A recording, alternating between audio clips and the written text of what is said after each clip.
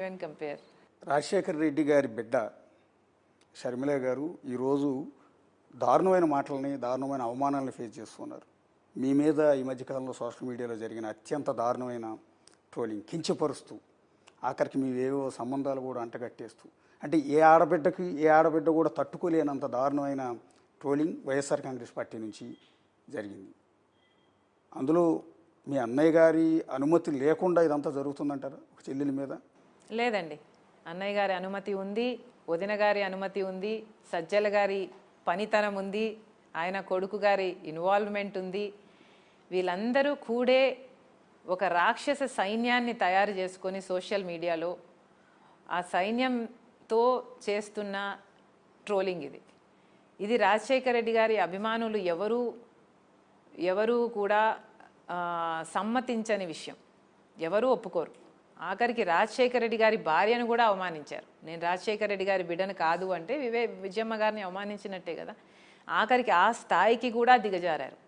వాళ్ళ కోసం పాదయాత్ర చేసినప్పుడేమో నేను వైఎస్ షర్మిలారెడ్డి పెద్ద పెద్ద ఫోటోలు వేశారు సాక్షిలో. ఆఖరికి నేను వాళ్ళకు వ్యతిరేకినయ్యాను కాబట్టి అసలు నేను రాజశేఖర రెడ్డి బిడ్డనే కాకుండా పోయాను, అసలు ఒక గౌరవం ఉన్న మహిళనే కాకుండా పోయాను, అసలు నాకంటూ ఒక పేరు కానీ ఒక స్టాండ్ కానీ అసలు ఏదీ లేకుండా పోయింది వాళ్ళ దృష్టిలో. ఇంత దారుణంగా ఇంత దిగజారాల్సిన అవసరం లేదండి. బికాజ్ ఇఫ్ యూ సీ చాలా పొలిటికల్ ఫ్యామిలీస్లో చాలామంది brother sisters are in different parties, wife husband కూడా are in different parties, father sons are in different పార్టీస్లో ఎందుకు చేరుతాము అంటే ఆ పార్టీ ఐడియాలజీ నచ్చి చేరుతాము.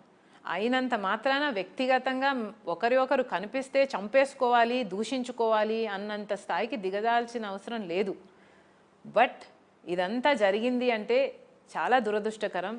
ఇట్ ఈస్ చాలా చీప్ అంటారే మెంటాలిటీస్ అనుకోవాలి.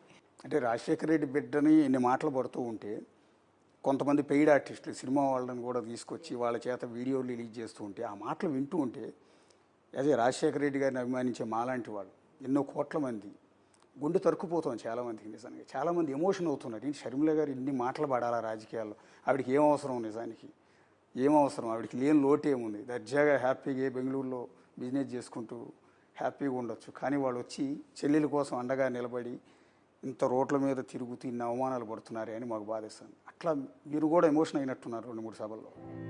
How will it not hurt అండి? It will definitely hurt. ఎవరి కోసం అయితే నిస్వార్థంగా అన్ని కిలోమీటర్లు పాదయాత్ర చేశాను, నేను ఎవరి కోసం అయితే ఏ పార్టీ కోసం కష్టపడ్డాను, ఏ మనిషి కోసం కష్టపడ్డాను, ఎందుకు చేశాను? ఆ రోజు మీరు కష్టాలలో ఉన్నారు కాబట్టి చేశాను కదా.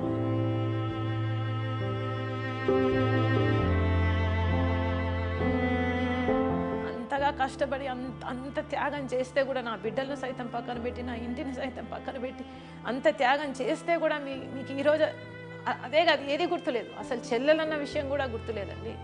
It's sad, it's very sad. కానీ ఏ చెల్లెలకి రాకూడని కష్టం కదండి ఇది. ఏ అన్న కూడా ఇలాంటివి చేయకూడదేమో. బహుశా ఒకవేళ ఆయనకి తెలియకుండా జరిగితే దాన్ని ఇమీడియట్గా కట్ చేయాల్సిన పరిస్థితి కూడా ఉంటుంది కదా. నా చెల్లెలు, నా రక్తం ముంచు పుట్టిన చెల్లెలు రాజశేఖర రెడ్డి బిడ్డని ఇలా అంటున్నారు ఏంటని ఒక అన్న ఖచ్చితంగా కంట్రోల్ చేయాలి. కంట్రోల్ చేసే పరిస్థితి కూడా ఎక్కడ కనిపించలేదు కదా. ఎక్కడా కనిపించలేదండి. అసలు కేసీఆర్ నా వెహికల్ను టో చేసినప్పుడు కూడా మోడీ గారు అడిగారంట ఆయనని, కానీ ఈయనలో చలనం లేదు.